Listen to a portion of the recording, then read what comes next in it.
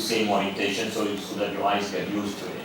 And once you know what you're doing, then obviously you can change different lines and things. So this is just to explain to you about the red box and the blue box, but as Tarun said, it's good to get into one way of doing it because then your orientation, you're comfortable with it all, and then once you get comfortable with CT angiograms in your day-to-day practice, you can play around with it. So use the red box, to bisect your aortic root. So it gives you the parasternal long axis view, which is shown here in the bottom right corner. And then you try and find out the maximum diameter of it. So you can basically then sort of scroll the red line up into the sinus of Valsalva to the maximum diameter. A couple of shortcut keys that we've already talked to you about. H is the one that completes the hairline for you, so that it gives you a complete sort of crosshair. If you get annoyed with that crosshair and you want to remove it, press on W. W kind of takes it off, brings it back again for you. Okay, so W is for disappearing. So once you've kind of bisected the aortic root, in the bottom right-hand corner you can see the aortic root here quite nicely, and then you can assess your aortic root. So the aortic sinus in relation to the interatrial septum, that is your non-coronary sinus, and the sinus which is anterior and to the right of it is your right anterior sinus, and then you've got anterior and to the left of it is the left anterior sinus, right? So this is a nice way of the view of the aortic root. You measure it at this view as well, so you can do the cusp to commission measurements that Tarun has shown you. Is everyone comfortable with it so far? Yes. Okay, so you're following me, right? Now this aortic root view is very nice as well to look for anomalous origin of the coronary arteries, because I told you that this is going to be the coronary cusp in relation to the interatrial septum. I'm going to mark this up for you so that it's just much easier for you to see it. So the coronary cusp in relation to the interatrial septum is going to be your non-coronary cusp. So this is your right anterior coronary cusp, so you're expecting one ostium to arise from it, and then one ostium that you're expecting that will to arise from it is your right coronary artery. But here what you can see is there is one other vessel there which is very close to it, and there's another ostium there. So you expect it to have just one ostium per coronary sinus. You've got the bonus of the 3 ostia here, right? So what you've got is, this one is, does anyone know what this is? Yeah, this is the separate origin of the conus, which is going anteriorly across the right ventricular outflow tract. So that's one abnormality that we have, a separate conus arising from the right coronary cusp. So what? Yeah, as you guys all know. And then there is another one, which is this ostium here, right? And if you follow this ostium, it's going behind your aorta, aortic root, going behind the aortic root, and then what is it doing? Yeah, so it's a retroaortic course, and then it's dividing into 2 just behind the aortic root. Can you see that? Yes. So this is a retroaortic course of the left main stem, which is then dividing into the LAD and the circumflex artery. Right? So this is your left coronary cusp. I'm expecting the left main stem to arise from it. I scroll up and down, there is no left main stem arising from it, because the left main stem is actually arising from the right side, taking a retroaortic course and dividing into 2. Right? So if you know your normal anatomy, you can pick up the abnormal very easily. Okay. And what is happening to the right coronary cusp now? The right coronary artery is kind of arising from the right coronary sinus, and then it's just carrying on as normal. So if I reset my MPR to an axial view, you will find that it goes into the right AV groove, right atrioventricular groove, it's surrounded by fat, right atrioventricular groove surrounded by fat. And then it goes along the inferior portion of the heart, and then it kind of continues as the PDA, which is going along the inferior aspect of the interventricular septum. Does that make sense? Yes. Yeah? And then what it's also doing is, besides giving the PDA, it's also giving the posterolateral branch, which is going along the inferior sort of lateral aspects of the heart. Okay. Yeah? So this is anomalous origin of the left main stem from the right coronary sinus with a retroaortic course and a separate coronal artery. Okay, so now we go back and we pick up AL03. So should I show it? Okay. Right, let's just go to AL02. It's just because it is an anomaly, and it's I hope you pick it up as well. So AL02 instead of AL03. pick up your arterial studies with 384 images. Right click, load in advanced viewer. Yeah, you could edit it. Okay. But the interrupt is not because of the bridge, right? I know this name. Okay. So has everyone come to this stage?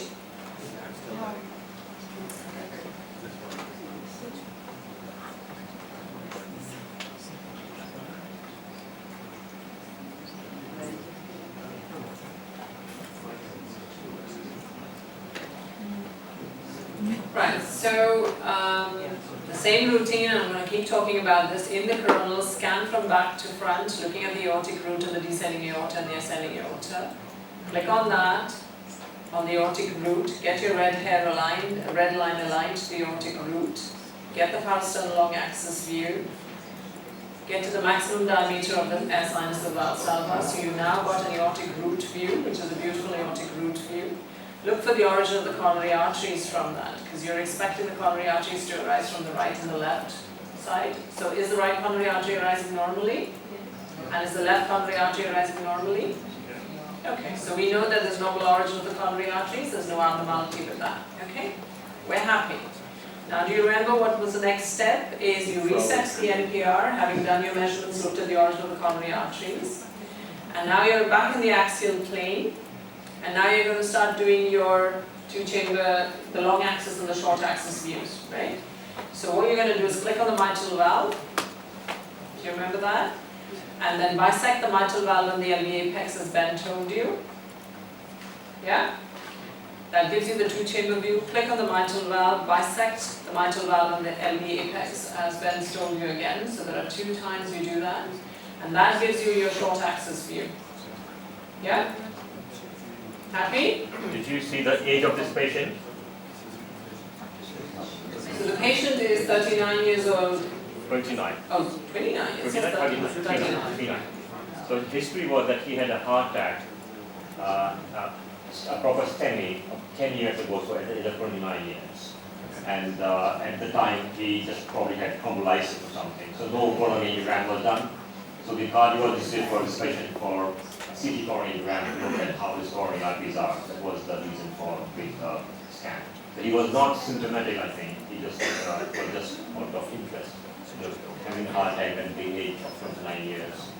So is everyone at the short axis view? Okay, so now, this is your left coronary sinus, this is your left main stem. And I'm just going to follow the LAD, and you're going to follow the LAD with me. And the idea of showing it to you is that the LAD is, all the vessels are meant to be epicardial. So black is fat, so all the vessels are supposed to be surrounded by fat. I want you to follow the LAD here, right? So this is your left main stem, surrounded by fat, it divides into the LAD and the circumflex artery. This is the LAD surrounded by fat. What happens here? Yeah. What it's done is, this is your fat here, it's actually dipped into the gray of the myocardium here. Can you see that? Gray of the myocardium, can you see that? Long segment, and then it comes out again, and it's surrounded by fat again. Can you see that? So this is myocardial bridging of the LAD, and the long segment of myocardial bridging of the LAD. So the short axis view is very good for detecting myocardial bridging, and that's why it's an important step that you shouldn't forget, not just for myocardial bridging, but in general for lots of things, that it is a very good view to look at the myocardial bridging. So is everyone following me up till here? Yes. Okay. So now let's reset that. How do you measure the length of it? How do I measure? The length So of if you go to the, you can do it from the vessel typing, Yeah. or you can simply do it from the long, vertical long axis US. Yeah. You can either do it here, or you can sometimes do it from the show vessel as well. You can just see the whole segment of it in the automated analysis and measure it there as well. Okay. Now, having done all that, I want to point out something to you. So this is the 4-chamber view, right? The bottom right, because we've managed to align our axes and stuff. I'm going to exaggerate that so that you can see it. And one of the things that we tend to look for, apart from, like in the 4-chamber view, the right ventricle, the left ventricle, we're looking for the right atrium, the left atrium, we're looking casting your eyes on the mitral valve and the tricuspid valve and everything. But you're also looking at the enhancement pattern or the enhancement of the myocardium as well, right? So the myocardium looks like it's sort of enhancing the septum, and the lateral wall is enhancing quite nicely. But at one point, what is happening here? Yeah.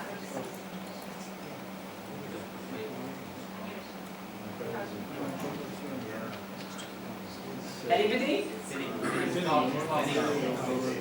The two things that are happening, one is it's thinned out, but the other thing is, can you see the dark bits here?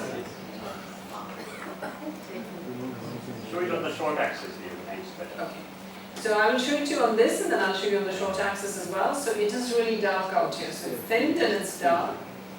Now to go to the short axis view from here, you can either minimize it and just highlight the short axis, or can you see this NPR button at the bottom? If you just click on it, it will get you your short axis and your two chamber views. It just flicks through from one plane to another for you.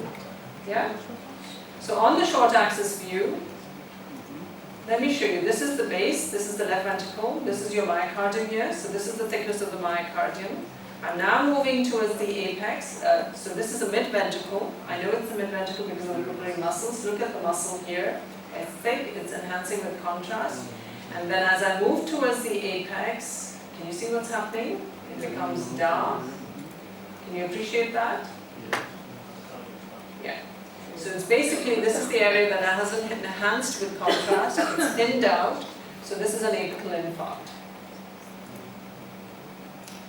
Now you're going to tell me that I've just shown you mid-myocardial bridging and I've shown you an apical infarct. In fact, am I trying to imply anything? The honest answer is I don't know, because there's no obvious atherosclerotic disease in the coronary or rest of the coronary arteries at this point in time. But the patient's obviously had an infarct at some point in the past. I'm not implying that the myocardial bridging is caused an infarct. It may be just an association, but I don't know. So how many of you think it could be, the infarct could be from myocardial bridging? You think it could be from myocardial bridging? Some of you think.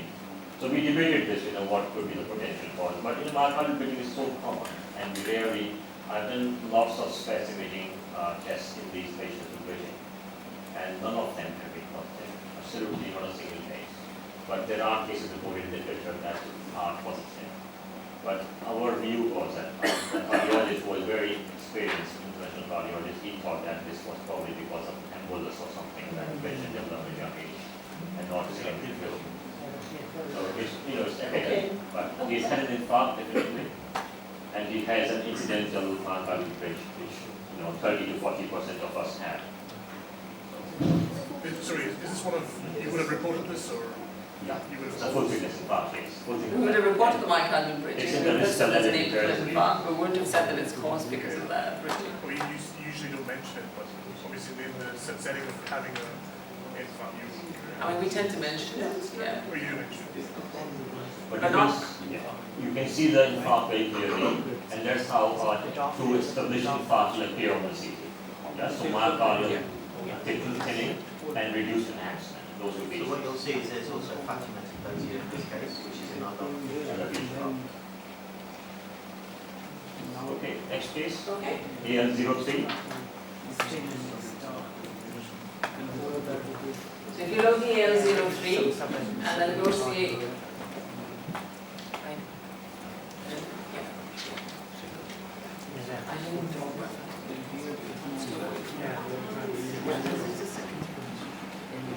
Right, so AL03, and we load it into the advanced viewer and into the coronary artery analysis package as well. And I'm going to give you 2 minutes, and you're going to tell me what is the abnormality. It's obviously a anomalous origin of the coronary artery, so we've narrowed it down to that.